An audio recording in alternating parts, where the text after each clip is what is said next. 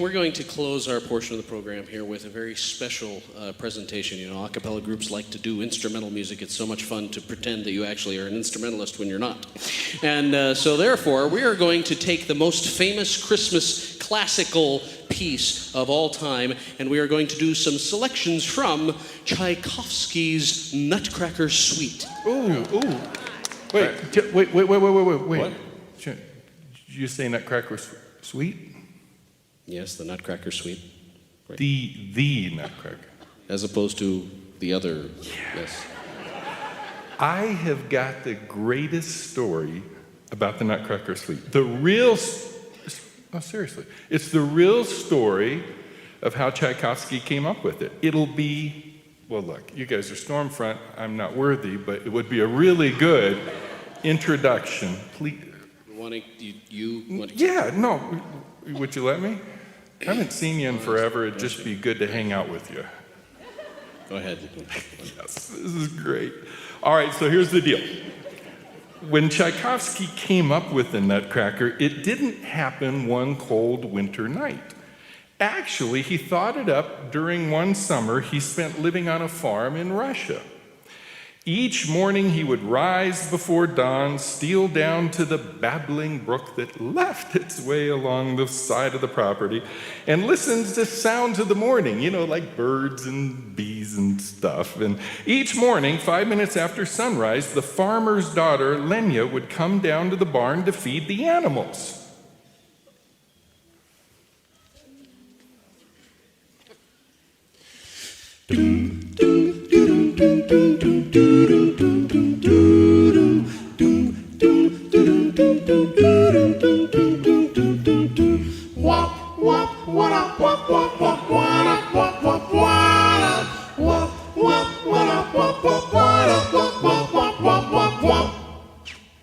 That's cool.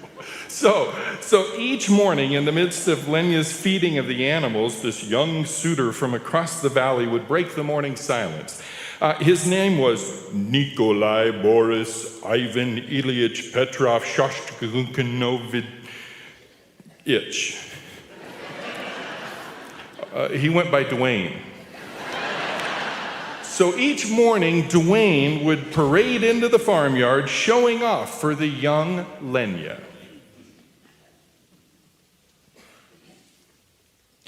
La la la la la la la, hey la la la la la la la, yeah, hey la la la la la la la, hey la la la la la la la, yeah, la la la la la la, hey Tchaikovsky.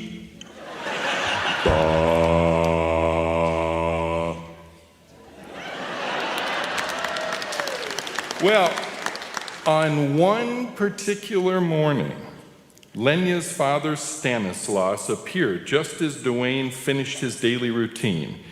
Enraged to see Lenya making eyes at the strapping but senseless Dwayne, Stanislaus pointed an accusatory finger at Lenya. Lenya immediately took this opportunity to reassure her father she saw nothing in Dwayne.